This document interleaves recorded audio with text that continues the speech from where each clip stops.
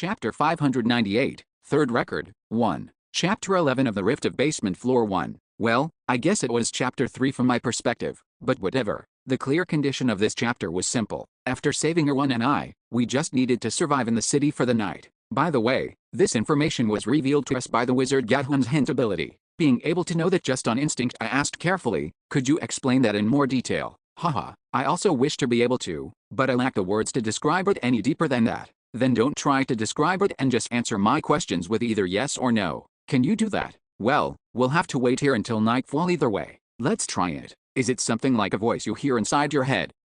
Not at all. Then does the information come to you when you see something? Not that either. Every time the location changes, I immediately feel as if I need to be doing something. Of course, I have those feelings again whenever I obtain a clue or new pieces of information. I see. I asked about 20 more questions to the old man and came to the ultimate conclusion that this ability of his really was just an instinct the wizard now possessed. It's as if his sixth sense stat increased specifically for clearing the rift. That was as far as I could explain this ability to the best of my knowledge. There was no denying that it was, of course, a useful ability, but I still came to the conclusion that relying solely on it could lead us to a devastating loss. I must say, you have quite an inquiring mind. I was quite surprised, Gadhun Versilis said as he let out a hearty laugh. But I knew what he actually meant. Can you stop bothering me now? I didn't know why all these nobles talked in such a roundabout way like this. One last question, I stated. What is it? Do you know what will happen if we leave the city before nightfall? There's no point giving a yes or no answer to this one. We cannot leave the city before that time anyway. We can't leave. There is a high-ranking dimensional magic that can't be taken as any ordinary barrier magic that's surrounding the entire city. Other people can come and go as they wish, but we cannot cross that boundary. I see. As promised, that was my last question. Thank you. Have a good rest. Oh ho. Gadhun seemed to have been waiting for me to say that, as he didn't say anything else and went to rest by himself in a corner. I watched as he grabbed his hip while slowly crouching, then found myself mildly amused even as a different question came to mind. Why does the old man look like that? This was why I couldn't immerse myself into the story. Erwan was taking the role of the younger sister and looked like a young child, yet the old man, who should be her older brother in the story, still looked like an old man. Wait, how did he go to the academy looking like that in the first place? It would have been like seeing a grandpa wearing a school uniform and taking a lesson among the other children. So how did no one think that was odd?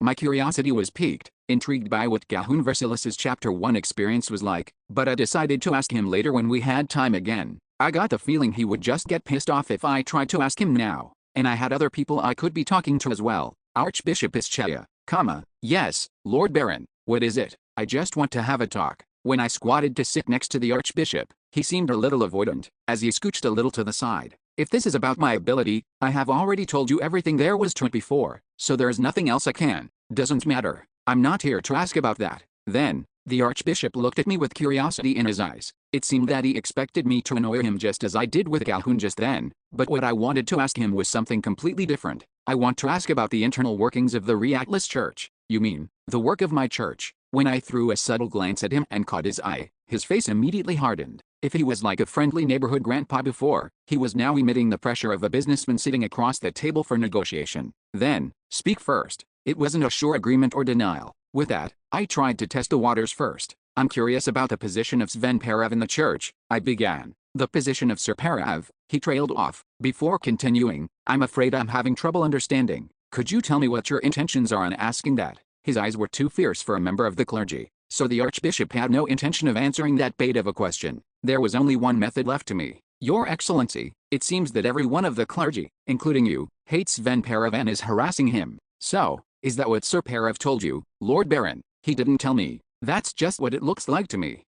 Is that so? The Archbishop seemed to go into thought for a second before his eyes sharpened once again, focusing back on me. You're mistaken. A mistake, yes, but from what I see, even if it looks so in your eyes, it is still a misunderstanding. So I believe that you should focus only on what you should be doing, Lord Baron. In any case, this is an internal matter of the church, is it not? I didn't like the way he looked at me or the way he spoke, but I didn't show any outward reaction and stepped away with a hesitant. Sure, the first reason for this was that I got flustered. I didn't expect the Archbishop to react so strongly. And the second reason, it's even more suspicious with how angry he's getting. That reaction of his was enough of a gain for me. If Sven was merely being used as a disposable pawn because he was an evil spirit, there would be no reason for him to go this far. Then there must be another reason. Then what was that reason? As I thought it over, I noticed Gahun glancing at me while leaning on his wall in the corner. It seemed that he was paying attention to my conversation with the Archbishop. When I met his eyes, he just let out a cough and turned away before closing his eyes. Let's rest as well. After that, I went next to Erwan and spent my time resting. Sir Versilis, it's been a while since the sun has set. How much longer do we have to wait? When nothing happened even as night fell, we had a short discussion before deciding to exit the basement and go up to the surface, following Gahun's feeling that we should check outside. So here's where you were hiding. I've been looking for you for so long. A knight who had been walking around alone in the empty house looked at us. No, to be precise, he looked at Gahun before approaching him with open arms. Who are you? Haha, who am I? Do you not recognize me because we haven't seen each other in so long? The knight sounded very happy to see him as he took off his helmet. Judging by his reaction, Gahun didn't seem to know who this person was supposed to be even with his role as the older brother. Mister, I've met that person before. He was the Imperial Knight who helped me when I escaped from the village. It's that knight.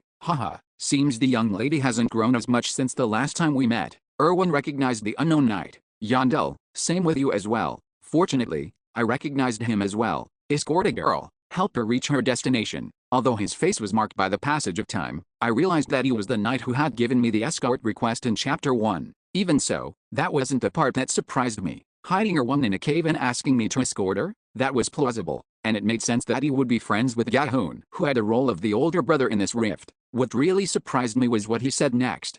There's a few new faces here as well. I'll introduce myself. The knight gave us his name with a bright smile. I'm Revision Kamalbi Raftonia. As soon as the name that boggled the minds of all residents of this world was dropped, a round of shock responses burst forth.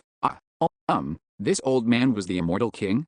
The Immortal King, Revision 3, the person who had saved the territory of Raftonia, which was but a single territory, from the end to create the final citadel of the continent. The village chief told me that he had done so only because he had a, in his words, good friend and diminished his accomplishments, but it didn't change the fact that he was a historic individual. You can just call me Revision. The enemy of my enemy is my friend, and the friend of my friend is also my friend, aren't they? His easygoing personality made me feel even more awkward. In my mind, the Immortal King was a charismatic monster who exuded an impossible level of presence and pressure. Alright, then, wait, could we perhaps have a small discussion? I mean, can we? Gahun, who had the role of his friend, couldn't control his turbulent emotions and ended up tripping over his words. A discussion. I'll leave you lot alone for a moment. You don't? Gahun sputtered. You don't need to. I can just use magic. Do as you wish. But I suggest you finish as quickly as possible. We don't know when the Imperial soldiers will barge in. Don't worry, we'll finish soon. After obtaining the knight's permission,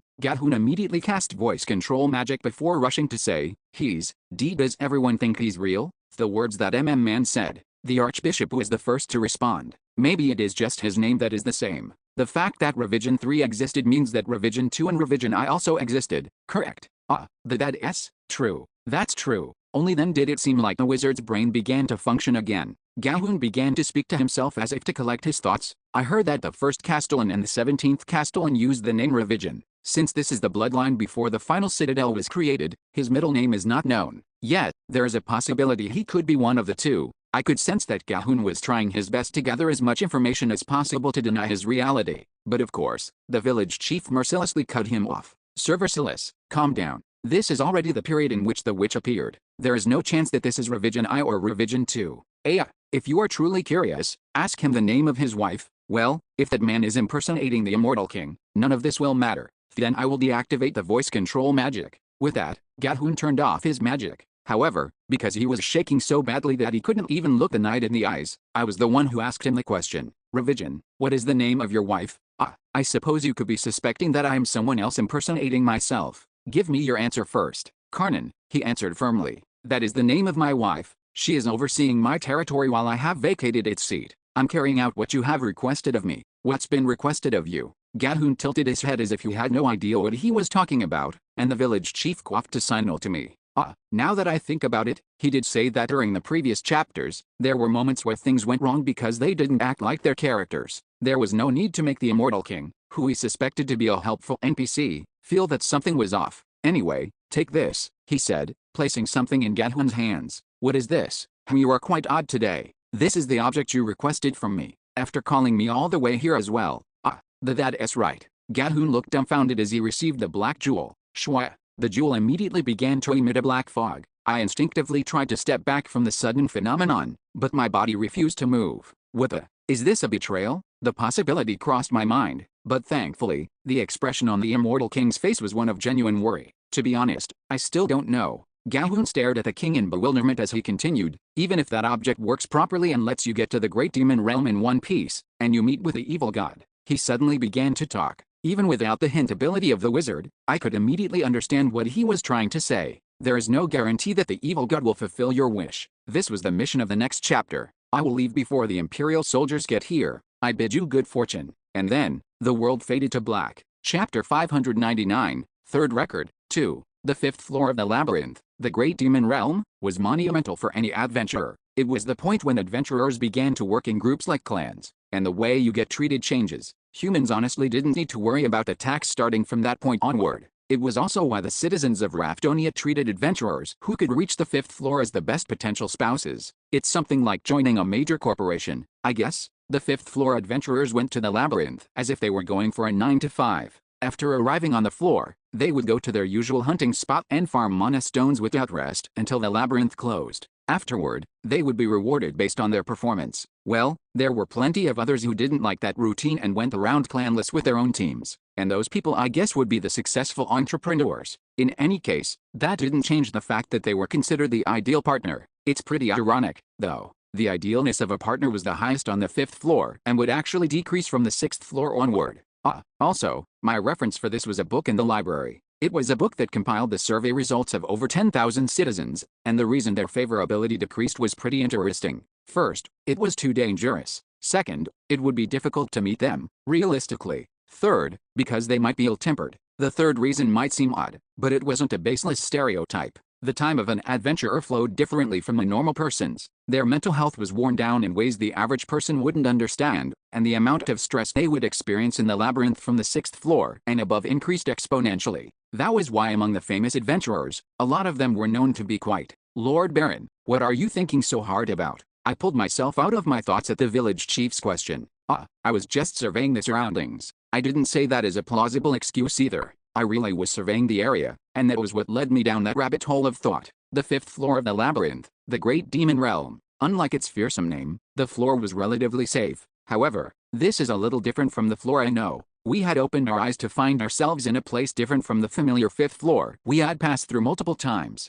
Although the terrain and overall atmosphere were similar, there was one thing that separated it from the floor we knew. There shouldn't be any rank 3 monsters like that roaming around the great demon realm. On one of the paths that led down, a rank 3 monster was standing there, blocking it while staring at us. Mister, that's a Vamdaman, right? Vamdaman was a so-called rare monster because a few conditions needed to be met for it to appear. I hadn't been able to get my experience off of it yet either, since it's not something we need the essence of, so there's no need for us to try defeating it here. Although I had raised my guard as soon as I saw it, for some reason, it just looked us up and down and didn't approach us. Gahun, do you have an idea where we need to go? He took a moment to consider my question. No, I'm not feeling anything. It's as if that ability disappeared as soon as we got here.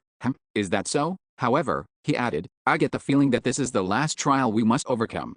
Isn't that just what you're hoping for? Lord Baron, the way you speak, aren't you going too far? Well, I can't deny what you said. Gahun let out a deep sigh before letting out his inner thoughts, but it's about time this ended. We've already been here for half a year already. Considering that I'd woken up in Chapter 11 as soon as Chapter 2 ended, I couldn't do anything to console him. I hadn't been playing here for even 24 hours. After all, let's leave it at that and get our heads together. To summarize, it seems that we need to find the evil god here. Jerome cut through the awkward tension and reined in the situation, asking, which direction do you gentlemen think we should go? That's obvious. We don't need to think about it. Gahun and I answered him at the same time. How did that happen? Gahun, you can talk first. You talk first, Lord Baron. I wanted to offer him the chance to speak, but we overlapped again, immediately plunging the mood back into awkward territory. Though internally, I was thinking something along the lines of, can I just talk now? What if I talk at the same time as him again? I waited for an extra beat, giving him the chance to speak. Alright, now, I seized the moment and pointed to the route that the Vamdaman was blocking. Was this old man going to do this again? So annoying. Gahun, are you doing this on purpose? I accused, glaring. Well, why would I? Gahun looked at me as if I had falsely accused him. The village chief stepped in with a neutral expression to settle this unfunny situation. Don't waste time like this. Looks like the two of you pointed in the same direction. Aren't you two thinking the same thing? Well, that does seem to be the case. I agree. This time again, Gahun and I spoke at the same time. Naturally. This was pissing me off. He was saying the same words as me at this point. Whatever. I decided to ignore him and just keep talking, and unfortunately, Gahun thought the same thing. We need to go that way. We just need to avoid going that way, right? After a moment of silence passed, Gahun and I looked at each other and fell into awkward silence again. I really didn't mesh well with this old man. There's something dangerous in that direction, so wouldn't it be wise to avoid it and go a different way? Surprisingly enough, Gahun's logical starting point was the same as mine, but his conclusion was completely different. It was a fundamental difference in the way we thought. No, I refuted. We need to go in that direction because there is something dangerous there. This chapter's goal was to find the evil god Karu, and from what I could see, there was a good chance Karu was lying in wait in one of the 4 canyons. Treasures were usually stashed in places like that. There's a kind waypoint just waiting for us there, so why should we waste our time going somewhere else first? I argued. It's too early to say that it'll be a waste of time. The route to success might require us to look through the other 3 canyons for some object before we meet the evil god. Then what if it is a system where the resulting battle grows more difficult the longer we take? A wrong decision here could lead to an unsalvageable outcome. That's too much of a leap. Gahun, in a rift, you need to be open to all possibilities while still being wary of them. Even more so now since this is our first time being here. And hearing you say such amateurish things, he shot me a questioning look, and I answered with a resolute, you really are a wizard, not an adventurer. What? Seeing his face flush red with anger reminded me of the meeting on Library Island about which of the rank 1 monsters to summon. We had a pretty heated debate then as well. Even if we talk like this here, the Count is the one who makes the decision. No, Count Saintard, you make the decision. There was no point wasting time here, so I let the Count make the decision, and naturally, the outcome was already decided. The village chief acted like he was thinking for a moment. It seems we should follow the Baron's decision, he said, taking my side, and the conversation ended with that. Gahun didn't seem to like that decision, but he couldn't say anything since the village chief held the final say here. Alright, then the route is decided. Gahun let out a bitter laugh before stepping away, and although my relationship with that old man worsened a little, this was still better. No, rather, this was a refreshing outcome, even. I then approached the Archbishop whom I had been observing for a bit. Archbishop, why have you been standing there by yourself? I was thinking for a moment. About that, evil god. It may be the case that we could meet that evil god in this place. Why? Do you not want to? Well, I don't know. The Archbishop's expression turned pretty serious as he said it. Well, I figured it was the sort of worry you'd see from any devoutly religious person. As an atheist, I couldn't relate, but it wasn't something I needed to care about either. I don't care what you're thinking about, but don't get distracted and drag us down. Got it, I will take care of myself. Sure, whatever. In any case, after checking up on the Archbishop, we had a short information session on the Vamdaman. The one who gave the lesson wasn't me but Gahun. Although he didn't have the mind of an adventurer, it wasn't as if he lacked knowledge. He did miss a few small details, but this much is fine. It'd be weird if I brought up those details too. I can't be bothered to do it either. You have defeated a Vamdaman. EXP +7. Our battle against the rank 3 monster Vamdaman wasn't that difficult. We were all under the effects of pretty powerful abilities already. Unlimited divine power for the priest, double stats for the knight, the powerful ancient magic for the wizard, even considering that I couldn't take on the tank role like I used to. The bonuses were enough to easily defeat a rank 3 monster. Maybe we should have tried with just 3 people. The loot from the Vamdaman was only a monostone. I wasn't too disappointed. I mean, maybe I should be glad we got it. Even though it was such a small thing, I was more focused on something else. However, that wasn't too difficult. I don't know why an old man got so scared. I observed. Lord Baron, what did you just say? Nothing. What do you mean nothing? You were talking about me, but I can't really call you a young man, can I? It might seem a bit childish, but I wouldn't lose even a single word to Gahun. He's been acting up recently. Even if he's from a noble family, he doesn't have a noble title. I needed to make him realize his position at least once. Mr. Irwin called for me as I went to pile on Gahun a bit more. I paused. What is it? It's just, don't keep me waiting. Just say it. Well, you're not acting like yourself today. Hearing her careful words, I couldn't help but smirk. What do you mean I'm not like myself? Thinking about it now, she also expected everything from me for no reason. So did Amelia and Miss Shah. Oh, are you asking why I'm not acting the way you like? I demanded, taking a step toward her. Irwin stepped back, fear clear in her eyes. What the? I muttered. After seeing her expression, my mind instantly cleared, dispelling the rapid swirl of emotions I hadn't even noticed until then. It was such a natural change that I didn't even realize it. Damn it. I dropped the hammer I had been holding onto the ground, lowered into a squat, and then with a clang, I slammed my head onto the hammer. I sighed in relief. Now I can finally think. A problem had occurred in my head as soon as we entered the great demon realm. No, perhaps. So barbaric. Well, why are you looking at me like that? Maybe I wasn't the only one with a problem. You have entered a special area. Field effect. Great demon realm is in effect. Control will continuously decrease. Chapter 600, third record, 3. How could I describe the current situation? For now, I was sure that it wasn't something like terror or frenzy. However, I wasn't in a normal state of mind either. Badump. My heart felt constrained for some reason. What? Are you thinking of hitting us with that? Galhoon, shut up. I'm trying to think. It felt as if a filter had been removed from my mind. Intrusive thoughts continued to bombard me, escaping my mouth in the form of words before I could contain them. Sorry, Erwin, I said gently. I wasn't trying to scare you. It's fine. I didn't get scared. Sure. The moment I thought I should apologize, the words tumbled out before I made the conscious decision to speak. Why was this happening? It's probably a field effect. While there was no telling what exactly we had been affected with, it was highly likely that it was a type of mental debuff, and it's going to get stronger as time passes. That was probably it. I was fine when I first came here. My mental state had since degraded during the time we spent talking at the start point, and this grandpa is the same as well, I said again to myself. Galhoon did a double take. Gee, grandpa.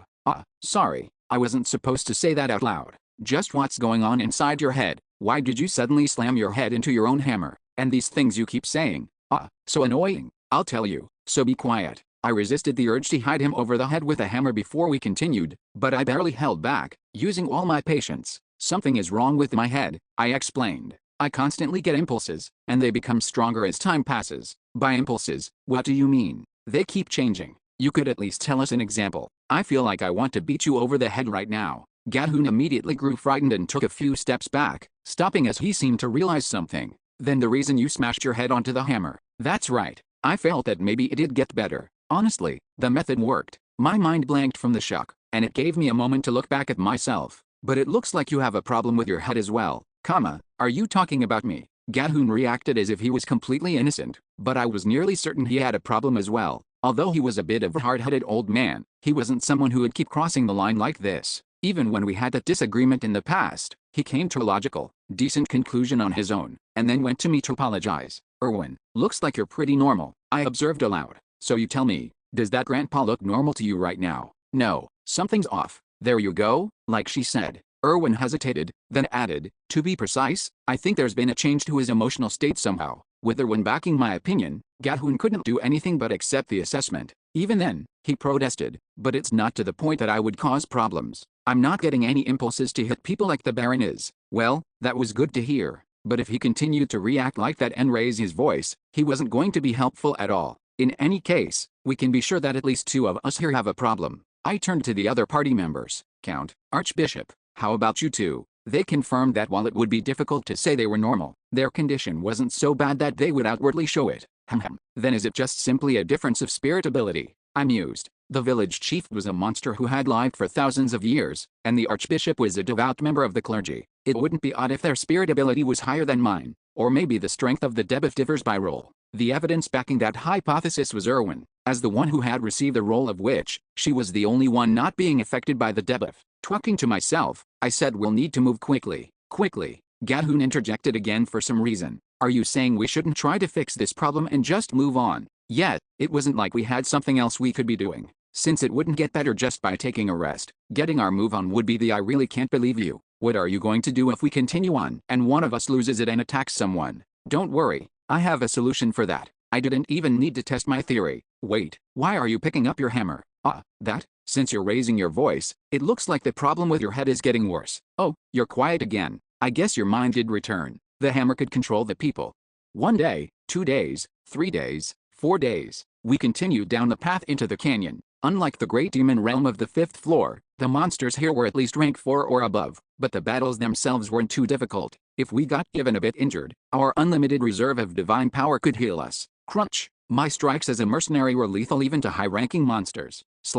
There was nothing that needed to be said about a village chief's fancy aura usage either. Piling Galhoon's ancient magic on top of that along with Erwin's ability to charm monsters into becoming her servants, the battles were pretty easy. Well, that only went for the battles. Control decreases. As we continued down the canyon path into what looked like purgatory, we didn't say a single word. It was a rule we had established yesterday. We were forbidden from talking about anything that wasn't directly related to clearing the chapter. There was a saying that every word you speak is a seed. To put it another way, if no words were spoken, there would be no opportunity for troubles to sprout. How long are we going to keep up this charade? But with how large the world was, there was bound to be at least one person who was dissatisfied with the arrangement, not that it was that big of a problem to deal with. Lord Baron, I don't think doing something like this is. I sucked in a sharp, whistling breath as I raised my hammer with a furrowed brow, and the wizard regained his senses as if he'd finally come to. Sorry, I overreacted due to this damn curse. I'm truly sorry. I won't do it again. This will be your final warning. That clammed him up for a second. Understood. I'll be careful. Maybe because of the beating I gave him yesterday, the rate at which his mind returned to him was faster now. However, aggressive words ended up slipping out of my mouth too. Don't just be careful, do it right. Is it that difficult to just shut up and walk? Mister. After a moment, I said, I overreacted as well. I'll close my mouth now. This was why we banned talking. With how impulsive and sensitive everyone was at this point, removing all stimuli was our utmost priority. I'm gonna lose it. It was driving me nuts. My aggression would leak out if I lost focus for even a moment. It made me wonder how the village chief and the archbishop could be so calm. Even if I could understand the village chief being able to, the archbishop didn't seem like a mentally stable individual either. Mister, it's that flower. It was my turn this time, right? The moment Erwan pointed to place, I quickly ran over and picked the flower blooming at the edge of the cliff and put it in my mouth. The reason was simple. Control increases slightly. Consuming this flower helped ease the mental debt we were experiencing. Also, I was the one who discovered this fact. I found it suspicious how I kept seeing it every so often, so I fed it to Gahoon. Mister, are you okay? Thanks for your words, I said, deliberately taking it slow, but try not to talk to me right now. I can't take anything positively in my current state. Sorry. Thinking about it, Erwan was pretty amazing as well. Before she erased her last essence, this would have been how she felt at every waking moment. Everyone, wait a second. Gahoon shouted and stopped us. Below, can you hear that below us? Now you're hallucinating as well, I let out a sigh. However, the village chief stopped me. Lord Baron, lower your hammer for a moment. Sir Versilis is speaking the truth.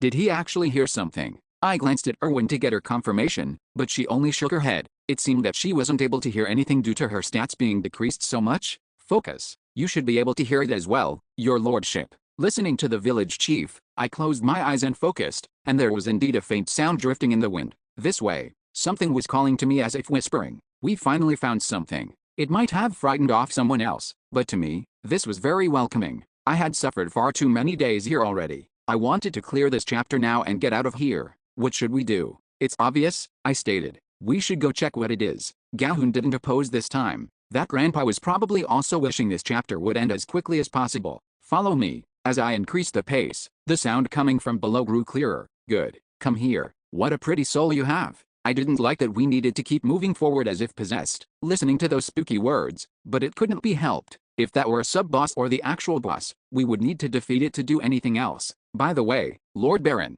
at that moment, someone called for me. Have you ever thought about serving something else other than the spirit of your ancestors? Surprisingly enough, it was the archbishop who spoke this time, not Gahoon. I couldn't help but laugh. I was wondering how he was able to hold on so well until now, but it looked like this old man was reaching his limit as well, trying to evangelize to a barbarian. You understand how rude that is, right? When he didn't respond, I added, but given the circumstances, you don't have to make any excuses. I didn't get that mad either. Since he was doing well until now, I tried to brush this off without giving him much trouble. Yet even as I did, the archbishop only stared at me, his smile taunting. Maybe that was why. I was a step too late in noticing the change. My voice. I couldn't speak. It felt as if something was halfway in my mouth and blocking the sound from coming out. When I looked around to check on the others, I noticed that I wasn't the only one having this problem. The surroundings went quiet. Too quiet. Not just because the group couldn't talk anymore. No, even the sound of breathing, the sound of footsteps, even the winds that had been blowing all this time.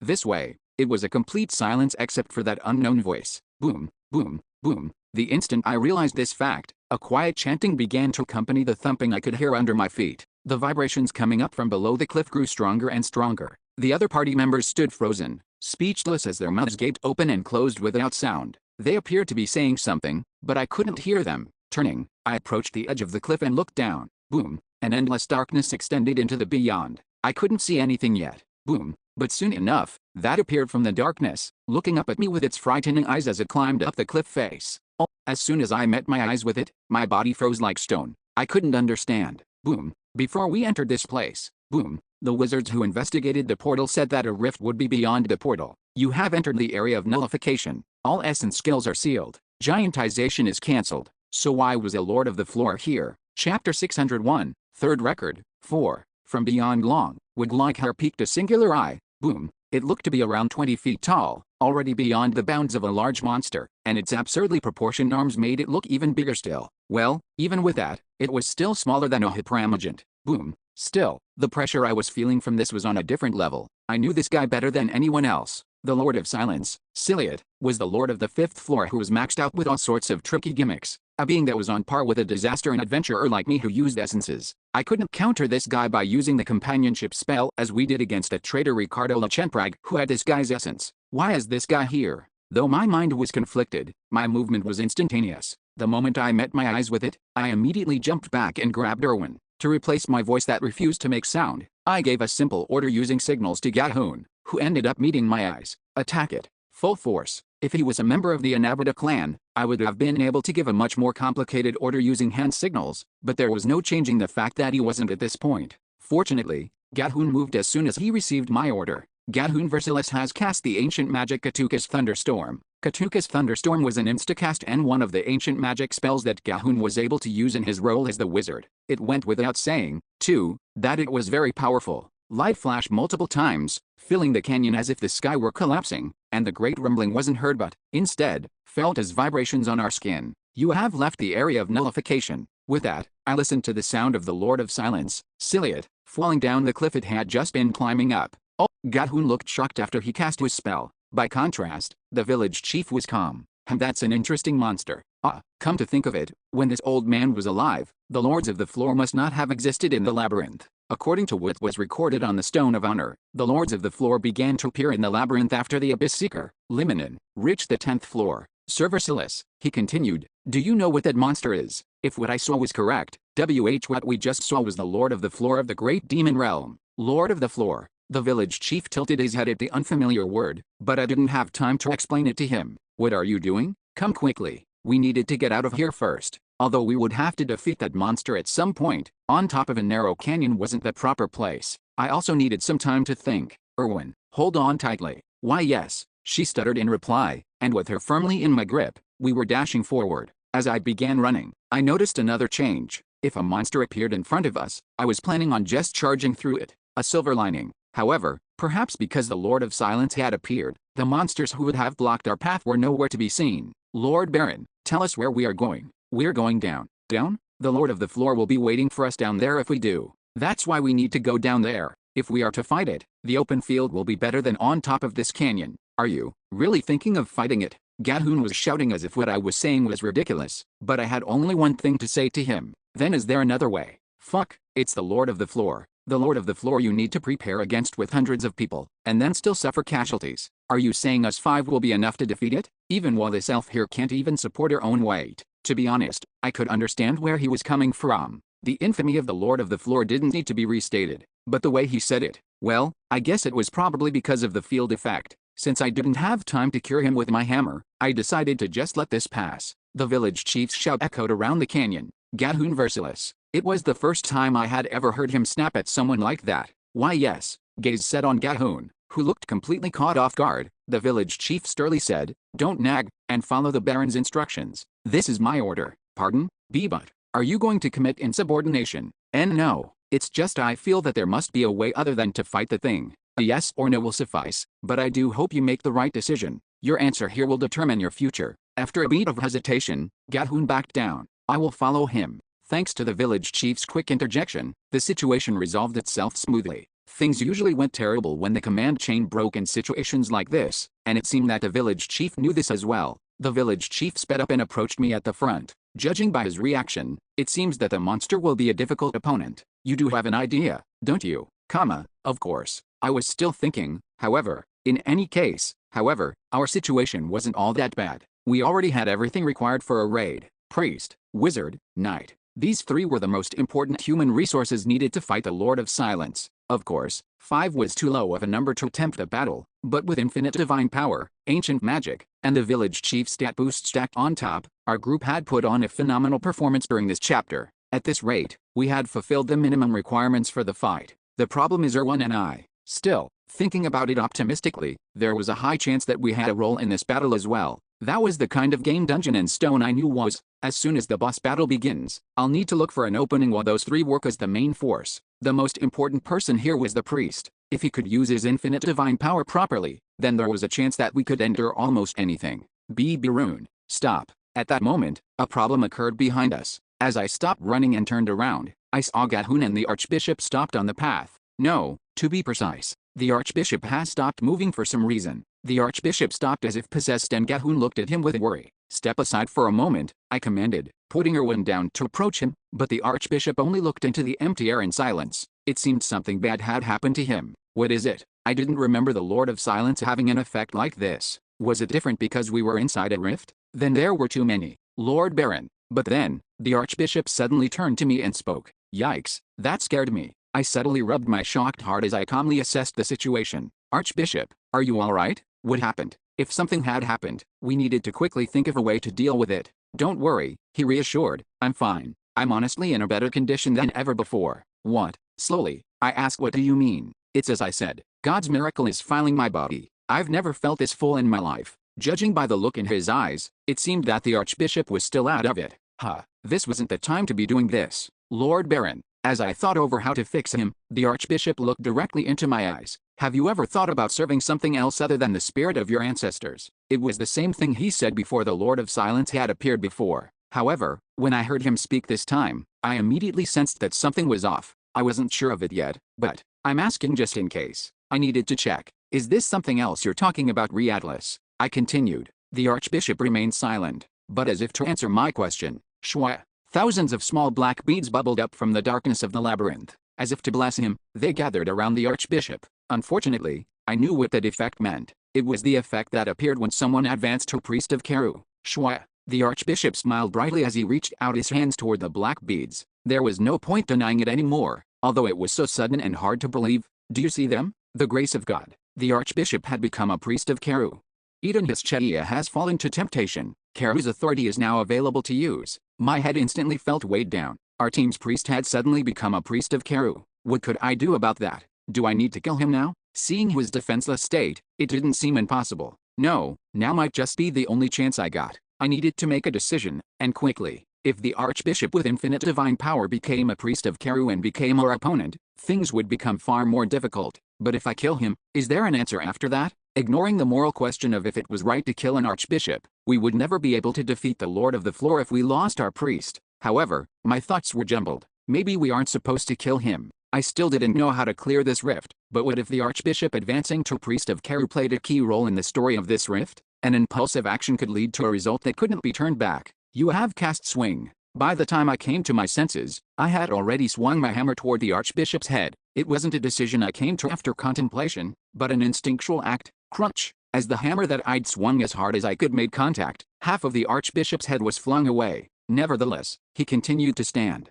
Since I knew that the priests of Karu could survive even while only having half a head, I wasn't too surprised. What are you doing? However, it was different for Gahun, who was watching us from the side. You attacked the Archbishop, he screeched. You are the brute here. This guy didn't know what situation we were in. I didn't have time to explain either. One more time. I swung my hammer one more time, and unfortunately, it was blocked by the tentacles that erupted from his body. It looked far too disgusting and slimy to be a divine spell and sent Gahun sputtering. Just what is going on? I swung my hammer a few more times, but noticing the retaliation from the tentacles, I stopped and explained the situation to Gahun. The Archbishop has become a Priest of Karu. What? Look at him. His head is already half blown off, but he's still alive. Then aren't we supposed to defeat him as quickly as possible? Weren't you the one shouting at me for attacking the Archbishop just then? Count Saintard, could you try this? I ordered hastily. The village chief unveiled his aura without hesitation and swung his sword. Boom. However, those tentacles blocked even his aura. Though the village chief didn't seem too disappointed. It feels like it will be possible if I use everything I have, but I'll be useless after that. It's something like a finishing move. Is that something you want? He looked at me as if to say this was all up to my decision, sending me into deeper contemplation. With how sure he sounded, he would probably do it if I told him to. But if the village chief disappears as well, I'll only have the wizard left. The Archbishop spoke again. You still don't understand me even a little. The voice held no emotions, just like how the village chief spoke in the past. "Do not worry," he deadpanned ominously. "You will all soon understand." The tentacles then bent backward toward him, cracking open his ribcage to expose his heart as if he were getting exorcised. Creak. I could tell what that skill was as soon as I saw it. Eden Hastina has cast Unstable Vessel. Unstable Vessel, the strongest skill a priest of Keru had. The effect of the skill was simple. You became invulnerable for the duration of the cast, and you explode after that. Considering its range and power, it was a powerful skill second to none in Dungeon and Stone. It's already too late for us to dodge. Even if I were to give up on the village chief, we needed to stop this now. As soon as I went to say that out loud, the ground shook again as my voice disappeared. You have entered the area of nullification. All essence skills are sealed. As they say, when it rains, it pours. The Lord of the Floor we had thrown down before had climbed back up again. Attack it. Full force. I quickly signaled the same thing I did before to Galhoon at the village chief. However, the village chief only awkwardly shook his head while looking at me. Could he not use it if his essence was sealed? Damn it. After that, I changed my signal. Run away as fast as you can. Anywhere. Survive. This was my first time signaling an every man for themselves signal in my long life as an adventurer. After confirming that everyone understood what I meant, I quickly put Erwin on my back and ran up to the edge of the cliff. Of course, I wasn't sure of anything. I didn't even know if I could survive falling from here. Still, it'll be better than getting hit in the face with that skill. Rumble. A huge hand raised itself from below the cliff just as I went to jump down. I tried to ignore it, but I noticed something odd about the hand's movement. It didn't seem to be aiming for us. After the Lord of the Floor's upper body was settled onto the path, it curled up on itself as if to swaddle the Archbishop in a hug. It met its eye with mine, and then it jumped down the cliff, still holding on to the Archbishop. You have left the area of nullification. Around 3 seconds after it began falling, the nullification went away. Boom. Then, an explosion like a nuclear bomb exploding erupted from below the cliff's edge. Everyone, hang on. The Great Demon Realm began to collapse. Chapter 602, Third Record, 5. Boom. The moment I clutched Erwan close to me and prepared for the fall, the ground beneath us fell away, sending my body free-falling. However, the usual feeling of plunging with gravity didn't come. Vroom. My body floated above the ground, falling away as if to fight against that gravity. It was float magic. "Are you all alright?" a voice called. I hurriedly looked around, only to see the village chief and Galhoon floating in the air as well. I gave the latter a truly genuine compliment this time. "We're alive thanks to you. Good work." I hadn't been able to give an order in the chaos, so I didn't expect him to be able to respond so effectively. It's not something to compliment me for. He was pretty shy for an old man. Maybe his response was a little awkward because we had just been fighting each other not long ago. I decided to focus on what needed to be checked first. "How long can you maintain the spell?" "I should be able to maintain it long enough until we land on the ground." "Alright, if that was the case, that's a relief. Then from now on, slowly, get us down as quickly as possible without getting us injured," I decided, concluding that we wouldn't be able to respond properly if something were to happen while we were still floating. The order brought Galhoon to his senses, and he began to slowly lower us off the cliff. Boom, crackle, rumble. Our surroundings were quite literally hell. Everything we could see was crumbling down into the darkness, and huge stones fell from above, narrowly missing us. Now it feels like we are doing some adventuring. Even while falling, the village chief looked around with open curiosity. It was the first time I had seen him so lively. I got a feeling that he might just have a screw loose in his head at this point too, but I didn't have time to be focusing on him. What was that before? Right before the Archbishop exploded, the Lord of the Floor had consumed him before jumping down into the darkness. The one we thought was our enemy acted in a way that was beneficial to us. Erwin, did you perhaps control that guy? Did you tell it to grab the Archbishop and jump down? I checked the possibility that came to my mind first, but unfortunately, it wasn't the answer. No, I tried to, but it didn't work. Oh, then did the Lord of the Floor do it of its own volition? Maybe that monster wasn't our enemy. The village chief seemed to have heard our conversation, as he gave his opinion on the matter. Honestly, he wasn't wrong to think so. As soon as I saw the Lord of the Floor, I immediately thought that it would be the boss monster. Thinking about it now, though, maybe it's supposed to be our helper. It gave off the same feeling as Hamzik did when we met it in Chapter 2. Most importantly, it also gave us the hint that high-ranking beings would try to be helpful to Erwin. Boom, rumble, crash. Out of nowhere, a huge piece of rubble fell directly onto Galhoon's head. It was a dangerous situation, but thanks to the barrier he had created beforehand just for this scenario, he wasn't hurt that much. I heard that ominous he made, and as expected, my intuition didn't fail me. What happened? I demanded. That rock. Disturb the float magic spell calculation. Disturb the calculation? What do you mean by that? It happened before I could finish my sentence. Our descent stopped, and we floated in the air for a moment. Kayak, and then, we began free falling. My head hurt, my lungs felt starved for air as if they had been pierced by something, and my spine didn't move properly. But I survived. Then what about the others? The last thing I remembered while falling helplessly was grabbing Erwin tighter into myself and landing on my back after seeing the ground quickly approaching me. Tear, can you, me? I could hear Erwin's panicked voice through the ringing in my ear. She sounded like a broken radio. I also heard the village chief's voice. Don't shake, Jew. Wait, he drank potion, soon, mister, he can't hear us. Feeling my hearing slowly return, I slowly opened my eyes as well. Mister, gasping for air, I panted, I'm fine, so, stop. Sorry. Only then did Erwin get off of my body and that helped me breathe better. Hold on just a moment. You're slowly healing up, and you'll be able to move soon. How long was I out? Around 5 minutes. And Gahun? I questioned, trying to get a grasp of our situation. The village chief used his finger to point in response. I forced my tense neck to move and I could see Gahun collapsed next to me with a broken leg. He hasn't died, the village chief explained. It seems that he used magic at the last moment to try and slow our fall as much as possible. I've given a potion to him, but I don't know when he will awake. Alright, so that was where we were at. What about you? I asked him. I'm fine. I kept myself awake until the very end and decreased the shock as much as I could. How enviable. If my defense stats were normal, my body wouldn't have broken like this. What about enemies? There's nothing around us for the moment, so sit tight and focus on healing. Got it. But the way you're talking, am I not your superior in both age and nobility anyway? We've gone through a life or death situation together, so I'll just talk more freely with you. Well, that was fine. Even with this sudden change in the way he spoke, no one around us would suspect otherwise. Then I'll rest for a bit longer. I laid back down and closed my eyes, and my body soon recovered enough to the point where I could move by myself. Do you want water?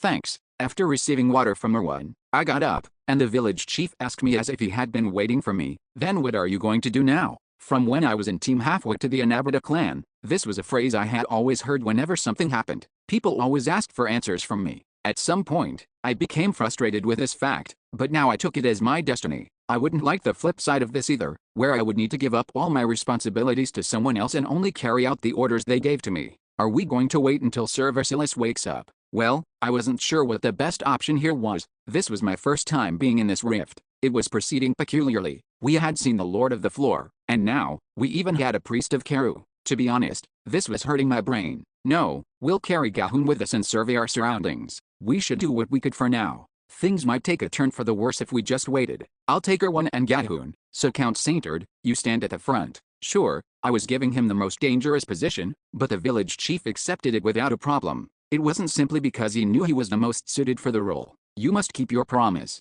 For him putting his body on the line in this rift, I had promised him that I would deliver the heart of Keru to him in the city. Don't worry, I reassured. I don't plan on going back on it. That's good to hear.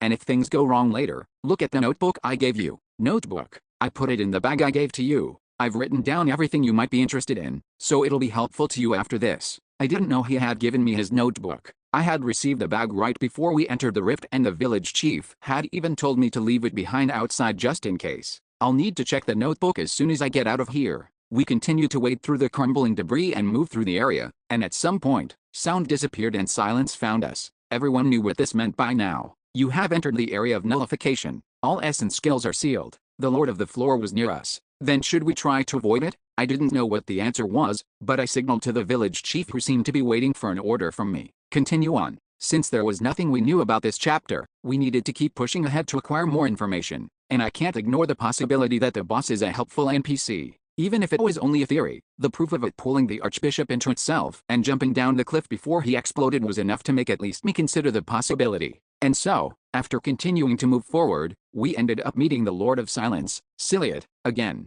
In the suffocating silence, we saw it buried halfway under some rocks. As I expected, it didn't seem to be doing well. Among the 3 arms exposed to the air, 2 of them had bones protruding out of them. It merely blinked its eye at us, apparently devoid of the strength to even move out of the rubble. Though relieved that it would not be a threat to us, I also felt a chill go down my spine. I knew of the skill's power, but I never thought it would be so strong that it could reduce a Lord of the Floor into this state. What would have happened if we were hit by that explosion head-on? The Archbishop is nowhere to be seen. After taking a glance at the surroundings, I let Erwin down before slowly approaching the monster. Lord of Silence, Ciliot. Even as I approached it, it didn't move, not even a little bit. It only looked at me with exhaustion in its eye. After getting close enough to touch it, I carefully extended my arm toward its face. When I made contact, it remained silent, as if to say there was no need for it to fight us. Why did you help us? I wanted to ask, but my voice refused to make a sound. Well, even if I could talk, I didn't expect this guy to respond to me either. That was why I just came to my own conclusion. Sure, you must have your reasons as well. I now knew something more about this labyrinth. The guardians of the rift and the lords of the floor were beings who truly existed, and who had their own histories and motives.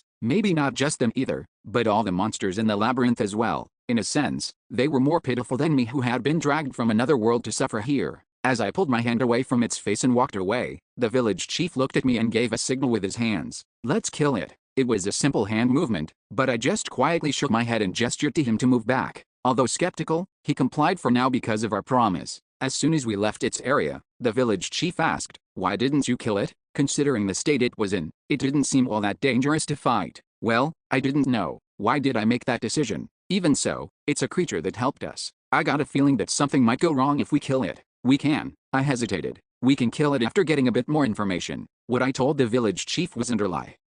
I suppose that is an option. Despite his easy acceptance, I was still confused. The reason I gave might not have been the only reason. The essence of the Lord of the Floor, the floor treasure, and even the floor stone used to open a rift, I wasn't sure of it, but there was a chance that we could obtain these rewards easily just by killing it here. However, I also got the sense that it wouldn't be the case. It's definitely not something like sympathy. It was difficult for me to explain. I could only say that it was an impulsive decision. Come here. At that moment, the unknown voice was heard again, and I froze. The direction of the sound was directly opposite to where the Lord of the Floor was. As a result, I became sure of one thing. So it wasn't what created that sound. It wasn't the Lord of the Floor who had called to us like a pervert with those words and tried to lure us. I mean, I was also a little suspicious of it because it never appeared in the base game. Then do you want me to stand at the front as we approached that voice? When I nodded, the village chief walked in front of us, and after I walked some distance behind him with Erwin, we saw whose voice it was. Good. Yes, come here and enter my arms. It was something completely unexpected. A soul eater. A rare, rank 5 monster. Whenever the labyrinth opened, exactly one of these would appear on the Great Demon Realm, and when defeated, it would give a random amount of experience between 100 and 200. I will grant you the wish you desire. What was this? Wasn't a boss monster supposed to come out here? Soul Eater has summoned Soul Cavalry, and the skills it used seemed to be the same as usual. Kinyak. When the village chief just slashed at it, the Soul Eater was cleaved by his sword and was instantly defeated. You have defeated a Soul Eater. It was quite confusing, but I wasn't going to complain. If this were a novel, that would be a random MacGuffin that just so happened to be here. A regular mob that looked like it was something good, but was actually nothing at all. Such was one possible interpretation of this monster. But what the hell is this now? I couldn't help but space out at what I saw next. Guardian defeat bonus. EXP +3. A rainbow essence appeared from where it was, signifying that it was a guardian. Voon. And a portal appeared to signal that the rift had been cleared. A blue portal, and also a red one. 2 portals? Chapter 603, 3rd record. 6. After defeating a guardian, the rift would be cleared and a portal would open. Taking the portal would then return you to where you were before you entered the rift.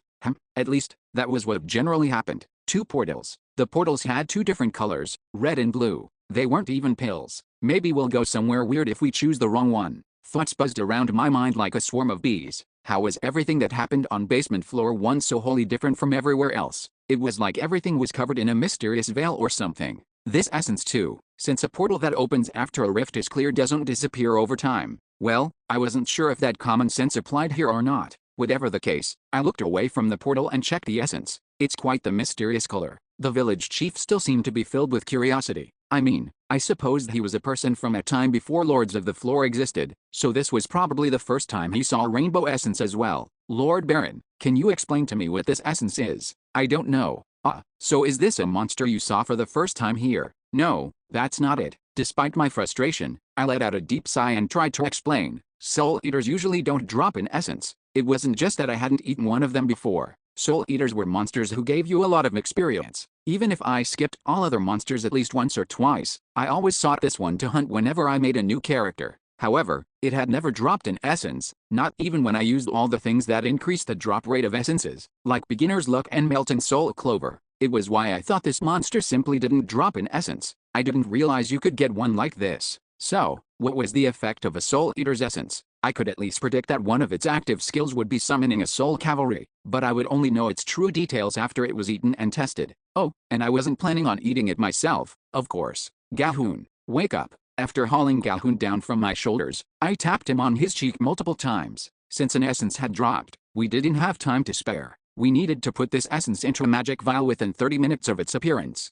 Gahun, Gahun, Gahun. I increased the power of the slaps a little. I didn't feel good doing this to someone who had collapsed due to pain. But then again, essences were of higher priority than humanity. Thankfully, Gahun woke up around the time his cheeks had ballooned from the abuse. Ugh, Lord, Baron, where? It seemed his shock from the fall still hadn't left his head yet, as he found it difficult to speak. I only gave him a quick rundown of what happened. The way to deal with wizards was pretty much the same across the board. While you were unconscious, a soul eater appeared as a guardian, and it dropped a guardian essence after being defeated. What? As expected, Gahun's eyes flashed open with recognition and he immediately came to his senses. Yet, how could a wizard hold back in front of a new guardian essence? Ugh, I can't get up. That's natural. Your two legs are bent backward like that. Not even a barbarian would be able to move with. Huick. Only then did Gahun notice the state of his legs and let out a peculiar scream. However, it seemed that he considered the essence more important than his broken legs. Move me in front of the essence. I can't walk. As per his request, I moved Gahun in front of the essence, and I looked for the magic vial in his belongings and handed it to him. Minutes later, he sighed. It's done. As the essence was sucked into the magic vial, Gahun carefully took that vial into his magic vial storage box. So, what are these portals? Why are there two of them? We'll need to think about it now. We don't know yet. I see. So, what do you think? If you're asking what they are, anything is fine, so just tell me what comes to your mind. As requested, Gahun went on to give me his opinion without thinking too hard about it. It seems that one of them will definitely connect to where we were. His words trailed off as a dazed look shadowed his expression, until suddenly, he shouted with certainty, the blue portal. We can return to where we were if we take the blue portal. It seemed that his sixth sense, which had been sealed after we came into the Great Demon Realm, was active again. Then what about the red portal? Do you know where this goes? I prompted. I don't know. It is odd. I do get the sense that it is dangerous, but I don't feel that it will be a bad choice either. A portal that is dangerous, yet still one we can get good rewards from. I guess you could interpret it that way. Yet, how many years had I played Dungeon and Stone? This was just the way things were. Thanks to Gahun, our choices were narrowed down to two. Well, we only really ever had two choices to begin with, but anyway, either we use the blue portal to safely get out of here, or we use the red portal to try for the additional rewards. Before I made a decision, I received information that would help me make the right one. Alright, then which of these portals should we take? Considering how clearing this underground floor is our main objective, I don't think it'll be bad to just get out of this place now. I needed to keep this in mind and not forget it just because I was inside a rift. Our goal was to escape basement floor 1. This rift was only a stepping stone needed to proceed to that plan, and we had just cleared it. Just taking the Soul Eater's essence and going back feels like a waste of time. Although I had only been here for a week, the village chief and the other two had been stuck in this rift for over half a year already. That was just how massive in scale this rift was, yet this was the only reward we could get from it. I didn't even know what the effect of the Soul Eater's essence would be, not to mention our archbishop ended up becoming a priest of Karu and going off somewhere. Time is the deciding factor. You decide. I will follow whichever one you choose. Me too. The village chief and Erwin gave over the right to decide to me, and Gahun hurriedly tried to persuade me. Lord Baron, let go of your greed. We've lost our archbishop already, so staying here any longer is unwise. We don't even know what could be beyond that portal. What Gahun said held some logic as well. However, I wasn't doing this because of my desire for personal gain. The bonus reward beyond that portal? Sure, whatever it was, it would be helpful to me. But that wasn't what mattered. The reason I wanted to go through the red portal was because of something completely different. If I walk through there, I might be able to take one more step into learning the secret of the labyrinth. It might even help us in escaping basement floor 1. And the most important part of all this, it's too easy. The difficulty of this rift was far too low. Well, we did lose our archbishop in the process, but even then, this was unbelievably easy. There's something off about this. My experience told me that there was a trap lying in wait. For now, we'll postpone making the decision. Postpone. If we return like this, we won't know what might happen to the archbishop. Gahun nodded. That's true,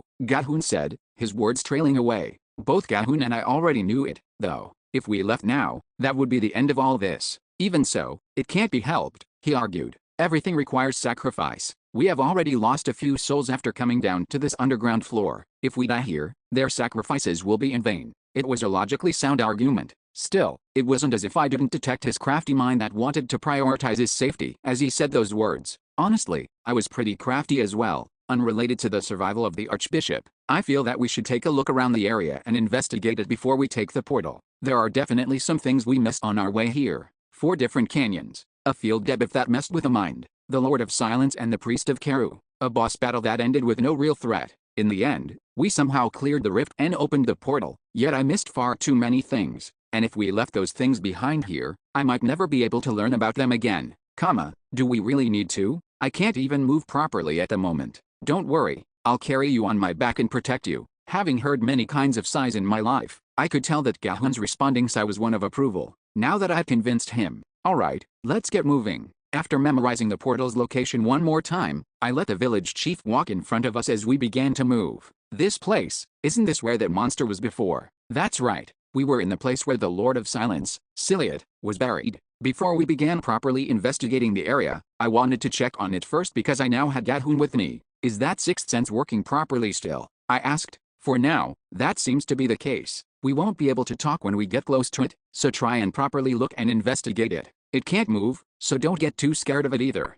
Sure, Gahun seemed as if he wanted to get up and dive into the blue portal at any moment, but since he couldn't even walk properly, there was nothing he could do. Sometime later, we arrived at the monster's area. You have entered the area of nullification. All essence skills are sealed. Given how all sound disappeared, it seemed the monster was still alive. Not long after, we saw the figure of the Lord of Silence buried under the rubble. It still only looked at me with its tired eye, and I strode closer to it before lowering my body so that Gahun could look at it properly. His hands shivered at first, but Gahun began to touch its skin after he realized it wasn't dangerous. Tap, tap. Gahun eventually tapped on my shoulder and signaled me to leave the area. How about it? I prompted. What he told me after we quickly left the area was quite simple. First, it does seem to be a friendly entity to us. When I met its size, signals blared in my head that we must never kill it. This is just my hypothesis, but perhaps the reason the Guardian was weak was because of what you did. What I did. You told me that you could have killed it, but you just walked past it. That may have been the cause. To put it simply, if I had killed this guy, the boss battle would have been much more difficult. If that's true, I guess it does explain how easy the boss battle was. Then what about the Archbishop? He suddenly lost it and advanced to Priest of Keru. Was this an event that was supposed to happen? Or was this something we could have avoided if we'd prepared properly for it? I got a feeling that it was the latter. It would be too absurd if it was. Boom. At that moment, an explosion shook the land. It came from the direction of the Lord of Silence. Siliot the Sealer has died. What happened? The answer to my question came from Gahun on my back. The Lord of Silence has died. We need to quickly run away, he shouted. Now is not the time to look around for things we missed during the expedition. Calm down and explain to me properly. The portal will soon close. What? I didn't need to ask him how he knew this. It was probably another activation of that sixth sense of his. Run. I could think on my way over there. For now, I ran as fast as I could towards the portal. Mister, behind us. The Archbishop is chasing us. As expected, it seemed that the Archbishop was the one who killed the Lord of Silence. How fast is he? It's similar to. Be careful. Be careful of what? Confused, I twisted my body a little, only to feel something sharp immediately stab into my left shoulder. The wound wasn't that deep. Whatever attacked me had pierced through Gahun first. Gahun coughed up blood, drenching my upper body. He hacked in aching gasps, seeming to struggle for breath like he would die at any moment, but it wasn't a big problem. The portal was right in front of us. If we could just get out of here, many priests could concentrate on healing him, and he would survive. As soon as I arrived directly in front of the portal, I shoved Gahun's body through it. Vroom. It had become about half the size it had been, but the portal worked as it should. Erwin, go through as well. Mister, but you. I threw Erwin into the portal before it could become any smaller. A voice behind me asked, what about you? Why aren't you going through? No matter how I think about it, I think this is the answer. I turned around to see the frown on the village chief's face and the Archbishop approaching us from behind him. Tentacles were twisted in horrifying ways, and the Archbishop was floating in the air thanks to them. He was a terrifying sight to behold. You, the village chief accused, are you thinking of going through the other portal? Before that, I want to check one thing. You are quite calm even in this situation. What is it? Earlier, you said that you could kill the Archbishop if you used your full power. Is that still possible? The village chief paused before saying, maybe. Despite the admission, the look in his eyes suggested that this wasn't a difficult question for him. You're the only one here to see this, and even if my body is destroyed, I'll be fine after I die once. Get to the point. Well, sure, no reason not to. The village chief shrugged before asking, but why did you suddenly think of that? Everything will be fine if we leave this place anyway. I told you, I just needed to check it. So will you do it, keep your promise? With those as his final words, aura began to erupt over the village chief's sword. Vroom. The pure white aura that used to be the trademark of Count Saintard. However, the aura of the village chief was a little different from the original owner of that body. What the hell is that? The aura that surrounded his sword continued to grow bigger and bigger. It was as if there was no limit to it. Phoong. Noticing this mountain of power emitted from his aura, even the archbishop who had been charging at us mindlessly flinched and stopped for a second. What did he do? Can he really use the power you had when you were alive? I ended up saying my thoughts out loud. Well, you could call this the power I had while I was alive, the village chief said with a smirk. The knights of this era are a sorry sight. Aura isn't used like that. There was a flash of light. Special condition, third record has been met.